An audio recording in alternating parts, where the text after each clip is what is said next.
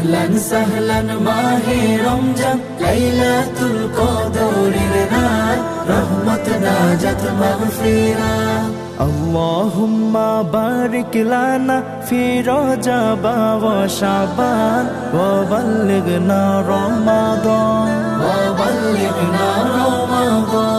রমজানের প্রথম দশকে আল্লাহর রহমত নাজিল হয়, দ্বিতীয় দশে মহান আল্লাহ মাগফিরাতে মগ্ন হয়, গুনাহ মাফে মগ্ন হয়। রমজানের প্রথম দশকে আল্লাহর রহমত নাজিল হয়, দ্বিতীয় দশে মহান আল্লাহ মাগফিরাতে মগ্ন হয়, গুনাহ মাফে মগ্ন হয়। শেষ দশকে পাপী বান্দা, শেষ দশকে পাপী বান্দা আযাব থেকে পায় না